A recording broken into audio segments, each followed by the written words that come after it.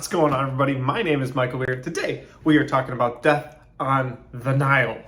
Death on the Nile is a follow-up sequel to Murder on the Orient Express. Murder on the Orient Express came out back in 2017. It starred Johnny Depp, Willem Dafoe, Judi Dench, and Kenneth Branagh. Not only did he direct the movie, but he starred in it as the famous detective Poirot, the guy with the mustache. That's what he starred as. Of course, Murder on the Orient Express and Death on the Nile are based off Agatha Christie novels. Agatha Christie, of course, was an author that wrote books many, many years ago, and so they dug that up and they were like, hey, we're going to do Murder on the Orient Express. And then when that was actually a hit, they're like, hey, we're going to do Death on the Nile. And I went and saw it. Let's do the review. Can I not trust you? What do you want me to say? Someone else is dead. You lie in my face! Lock the doors! The murderer is here. And will stay here. Alright guys, so Death on the Nile is a follow-up sequel to Murder on the Orient Express. Murder on the Orient Express is actually kind of important to me because it's the first review I ever did for this channel. It was an audio review. I did it with my wife. We talked about it and I was like, this is how I'm going to review movies. And the next week I bought a camera. And now I just use my iPhone. The point I'm trying to make is that not only did I enjoy the movie, but it's a movie I've revisited over the last couple of years because I enjoyed it that much.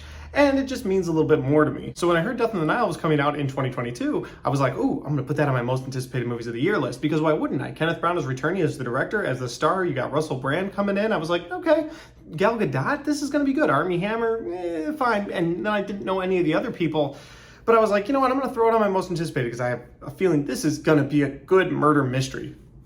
I was wrong, but let's get into the synopsis and I'll get into the reasons I dislike this movie. So the movie is called Death on the Nile, so obviously we're going to get to a death, but to get there, first you have to see Kenneth Branagh's character get confronted by his nephew who was in the first one, who I believe his name is Book or Book.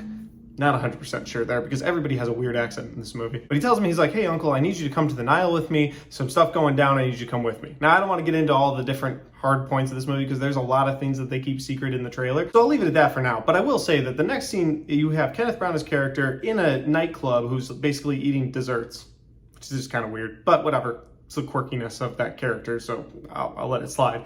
And he sees Gal Gadot's character and Armie Hammer's character both meet for the first time.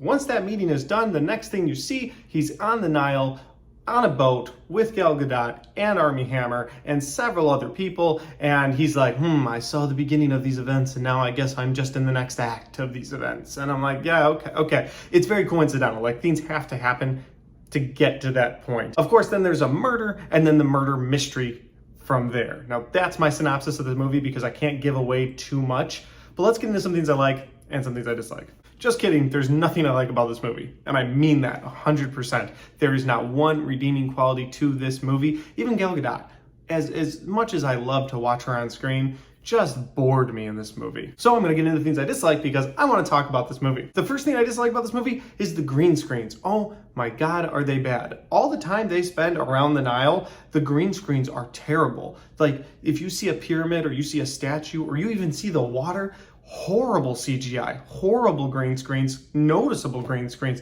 just terrible. Like it looked like it was a made-for-TV movie from 20 years ago. And had that come out 20 years ago, I'd have been like, oh, okay, I get it. Yeah, they didn't have the technology, but we have the technology. There's no reason it needed to look like a PlayStation 2 graphic. But there was that, and that was very glaring, and that really catches you off guard. The second thing I'll say about this movie is the caliber of actors that are in it. Now, you have Gal Gadot, who, like I said, I enjoy watching, but she's not the best actress. Then you've got Russell Brand, who hasn't really done anything in a long time except for his YouTube channel, and he might be the best actor in this movie.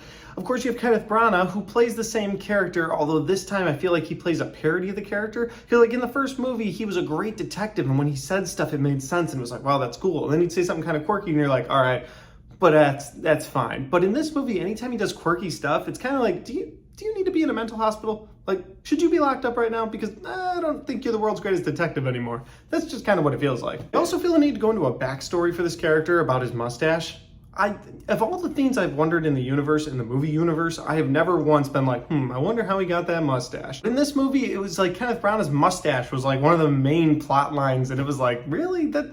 It's not necessary. As far as the other characters go, like I said, in the first movie, you have Johnny Depp, Judi Dench, you have Willem Dafoe, and Josh Gad, and then a supporting cast that actually does a really good job. I'm sure they're actually big name actors that I can't think of. But for this movie, you get Russell Brand, Gal Gadot, Kenneth Branagh, and then you get just this group of characters that clearly they were like, well, we can pay these people less, so let's just bring that in. And they're not good. They're not good. The different accents they have, you don't believe. Like, Willem Dafoe is a German cop throughout most of the first movie. You're like, okay, I believe his accent. But in this one, there's like a agent for a actress, and she has a Louisiana drawl, and every time she says something, it's like why? Why? The first time she did that, they should have been like, okay, we're gonna go a different direction with your character. You're now an American. Like, that's what they should have done, but they didn't. And the final thing I'll say that I disliked about this movie is the actual plot itself. Now, I understand they're pulling from the source material, and there's not much you can change. You're gonna get diehard Agatha Christie fans who are like, I can't believe you changed this, but like, some things should have changed. I picked out the murderer immediately in this movie, and I was 100% right. And every single time they did something, and I don't want to go into spoilers, but every single time they did something, I was like, oh, they're doing that for this. Like, I would text my wife. We were in the theater. Don't worry, my brightness was down. But we were in the theater, and I would shoot her a text and be like, this is what's going to happen with that. This is what's going to happen with that. I knew every time. And it's not like I'm this great detective. It was just like, because this movie's plot is so lame and boring. It really was boring. At the end of this movie, they drag out for no freaking reason. They should have ended this thing on the Nile. If you've seen it, you know exactly what I'm talking about. Ultimately, guys, sometimes I put movies on my most anticipated list because, well, I'm anticipating it being a great movie. And sometimes I'm disappointed, and that is definitely what happened here. And that's my movie review. Guys, if you enjoyed this movie review, make sure you hit the like button. If you want to share this movie review with your friends, make sure you do that by hitting the share button. If you've seen Death on the Nile, and I don't know why you would, but if you have, put your thoughts in the comment section down below. Maybe you're an Agatha Christie fan. You're like, hey, I had to see it. And they did good by the source material. And maybe they did, but it was just boring and lackluster. And finally, guys, if you haven't subscribed, make sure you do that because I got a lot of content coming your way. I look forward to reviewing more and more movies as they come out this year. And I think the last thing I'm going to say is that last year, we didn't have a lot of movies come to theaters. So while it's fun to make fun of movies or talk bad about movies that come out, I'm just glad that we get movies to talk about this year. Because last year, between January and February, I think all we got was Nobody, which was a fun movie. And I got to go see Lord of the Rings, The Fellowship of the Ring, in the movie theaters again, like it re-released. So that was cool. But it's nice having new content, even though some of it falls flat. Thanks for watching. I'll see you next time.